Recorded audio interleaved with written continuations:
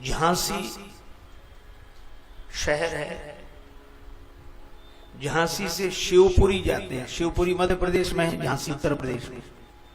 झांसी और शिवपुरी के बीच में करहरा एक स्थान है, करहरा बोलते हैं, करहरा। उस करहरा शहर के बीचों बीच श्री बिहारी जी का मंदिर है, और श्री बिहारी जी के मंदिर के ठीक बगल में एक खंडहर टूटा फूटा पड़ा है, तो और दुर्दशा हो गई होगी उसकी। उस खंडहर के बारे में पूछा कि ये खंडहर क्यों? तो एक महात्मा ने जो बात बताई, महात्मा को बात बताई वहां के नागरिकों ने, कि महाराज यहां एक भक्तिन रहती थी, गहोई जाति की, परिवार में कोई बच्चा नहीं था, लेकिन भक्तिन अपनी दुकान चलाती, मंगोड़ी पकौड़ी बनाकर बेचती और रात को सो जाती। लोग भी सोचते इसके घर में कोई नहीं, काहे को इतना ये सब करती है, लेकिन वो नहीं सोचती। एक दिन रात को सोई तो सपना देखा, और सपने में उसने देखा कि मैं मर गई हूं और मेरी संपत्ति लोग लूट लूट कर ले जा रहे हैं। सवेरे जागी, सपना भूला नहीं, उसको लगा कहीं ऐसा ही ना हो जाए। अपनी समाज के लोगों के पास गई कि मैं अपनी चल अचल संपत्ति बिहारी जी के नाम करना चाहती, और मुझे बिहारी जी के यहां से प्रसाद मिलता रहे बस। लोग गए, महंत श्री रज्जवदास जी थे उस समय,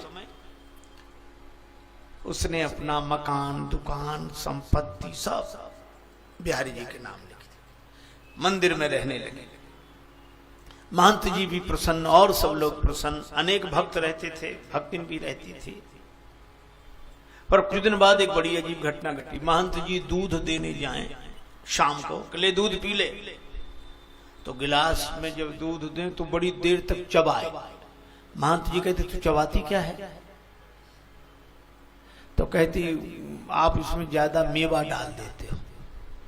महंत जी मितव्ययी थे, उन्होंने सोचा मैं तो मेवा डालता नहीं, हो सकता है ये गिलास में लाती हो, पर गिलास तो मैं ही लेके आता हूं। चलो, दूसरे दिन दोपहर को देखा उसकी दाल में घी तैरता दिखाई। ये घी कहां से? आप ही तो लाए हो दाल में। महंत जी बोले, लेकिन दूसरे दिन से देखा सो मेवा के जो पात्र भरे रखे थे मंदिर में वो कम होने लगे, खाली होने लगे, और दाल में घी रोज तैरता दिखाई दे। और ये समझ गए कि चोरी कर ली।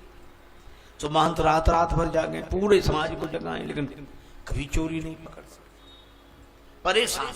एक दिन देखा कि जिन बिहारी जी की वो आरती पूजा करते थे, उन बिहारी जी के जामा में घी लगा था, तो सोचा आरती से लग गया होगा, साफ करके दूसरी पोशाक पहनाई। लेकिन दूसरे दिन देखा तो बिहारी जी के दोनों हाथ घी में सने थे। अब समझ गए कि ये इन्हीं की लीला है, यही करते हैं। सो हाथ जोड़ के बोले, ग्वाल सिंहासन पे पुजके भयो ठाकुर हूं पे ठगोरी न छुटी, और काहू को काज बने बिगड़े ब्रजराज तेरी बरजोरी न छुटी। और तुम्हारी ये चोरी करने की आदत नहीं गई, भगवान हो गए तो भी पुरानी आदत। अब मैं इसलिए थोड़ा ही रखे हूं, मैं तो इसीलिए कि तुम्हारे महात्मा किसी दिन आ जाएं तो उनकी स्वागत सत्कार करने के लिए तो मंदिर में कुछ रहे। आप ऐसा करते हो ये ठीक नहीं। लेकिन खूब प्रार्थना की, पर भक्ति की थाली में रोज घी और रोज ऐसे। तो महंत जी को भक्तिन से ही चिढ़ हो गई। वो सोचने लगे मुझे जिंदगी हो गई इनकी पूजा करते करते, मुझे कभी नहीं इसके लिए इतनी कृपा। तो उनको लगा भक्तिन को निकाल ही दो, न झंझट रहे। तो भक्तिन को निकालें कैसे का? बोले खुद कल का लगा मैं। तो अब महंत जी बाहर बैठ जाएं, जो भी माताएं देवियां निकले। तुमने सुनिए एक बात? क्या महाराज? भक्त ने एक पति कर लिया है। पति? हाँ, अवैध पति कर लिया है। अब ऐसी बात तो जल्दी फैलती, पूरे गांव में फैल गई। अब देवियां भक्तन को देख देख के हंसे। ऐसी भली थी, दुकान करती थी, मंदिर में रही थी, यही सब करे। जब भक्त ने पूछा आप लोग हंसती क्यों, तो बोले हंसे नहीं, तुमने किया ही ऐसा, कोई अवैध पति रख लिया। भक्तन तो कांप गई, मंदिर नहीं गई, अपनी समाज के लोगों के पास गई कि मुझे मंदिर से निकलवा दो। मैंने जो दिया वो वापस मैं नहीं चाहती, पर महंत जी मुझे कलंक लगाने, निष्कलंक करके निकाल। गहो वैश्य के सभी समाज के सभी लोग आए। भक्तन की गलती होगी तो इसे निकालेंगे, नहीं तो महंत जी से कहा जाएगा। महंत जी चबूतरे बैठे अपना भजन कर रहे थे। जो सामने से देखा कि ये भीड़ क्यों आ रही, आज कोई उत्सव भी नहीं, पर्व भी नहीं। पीछे देखा वो भक्त समझ गए यही लेकर आई सबको। महंत जी उत्तर देने के लिए तैयार हो गए। लोगों ने कहा कि महाराज ये भक्तन कह रही है आप झूठा कलंक लगा रहे हैं। सही है कलंक।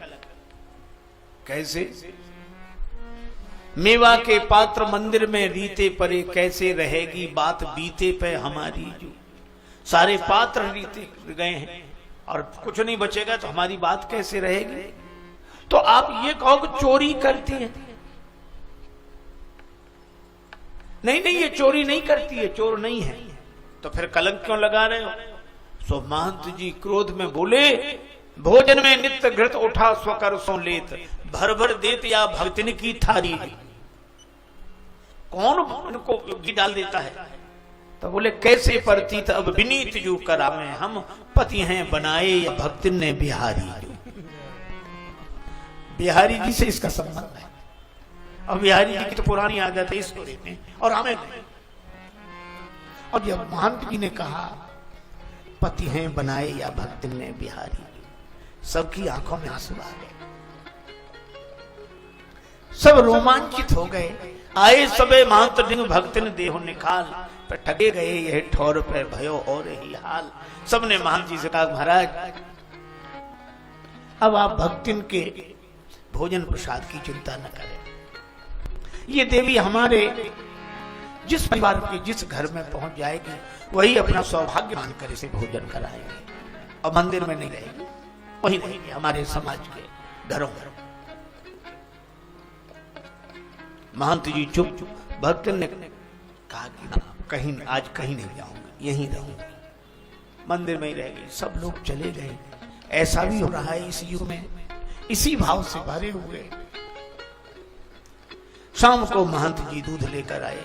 भक्त ने कहा कि मेरी तबीयत ठीक नहीं है। बड़बड़ाते हुए चले गए। अब तू काहे को मंदिर का दूध पिएगी, कल से बड़े बड़े सेठों के यहाँ तेरा निमंत्रण है। वो कुछ नहीं बोली, सब सो गए। उसको नींद नहीं आई, आंसू बहाती रही। रात्रि को 3 बजे बिहारी जी की चौखट पर सिर रखा। पट बंद थे और वो कह रही थी नाथ को नाम कियो बदनाम, नाथ को नाम कियो बदनाम, विरागिन सोन विवाद बढ़ाऊं, और आपके हाथ से पाए प्रसाद, कहा अब और के हाथ से दूं। और ऐसा कह के अपना सिर जैसे ही बिहारी जी की चौखट पर रखा, अचानक प्रकाश हुआ। मंदिर में गड़गड़ाहट गूंज गई, फाटक खुल गए, सब लोग जाग गए। महंत जी कहते रहे देखो देखो क्या हुआ, भक्तिन को देखो, भक्तिन को देखो। सब लोग गए, मंदिर के पट खुल गए थे, भगवान सामने दर्शन दे रहे थे। और भक्तिन ने जैसी प्रणाम किया, प्रणाम के साथ ही उसके प्राण भगवान के चरणों में लीन हो गए। सारे शहर में चर्चा फैली। भक्तिन का अंतिम संस्कार करेरा के पास नदी, उस नदी किनारे हुआ। महंत जी जब तक थे, भगवान की आरती के बाद ऊपर छत पर जाकर भक्तिन की समाधि दिखाई देती थी नदी किनारे, वहां हाथ जोड़ते आरती उतारते। ऐसे भक्त इस युग में हुए हैं और ये प्रत्यक्ष सच्ची घटना है। आज भी वो बिहारी जी का मंदिर है और उसके बगल में वो खंड पड़ा हुआ है। ऐसी हरि करत दास पर प्रीति, भगवान के चमत्कारों का कोई अभाव नहीं है। भगवान के भाव रूप में प्रकट होने का भी कोई अभाव नहीं है, पर हमारे में विश्वास का अभाव है। भगवान कृपा करें कि हमें विश्वास आवे, और विश्वास तब आएगा जब रामचरितमानस को हम मन के नेत्रों से देखेंगे।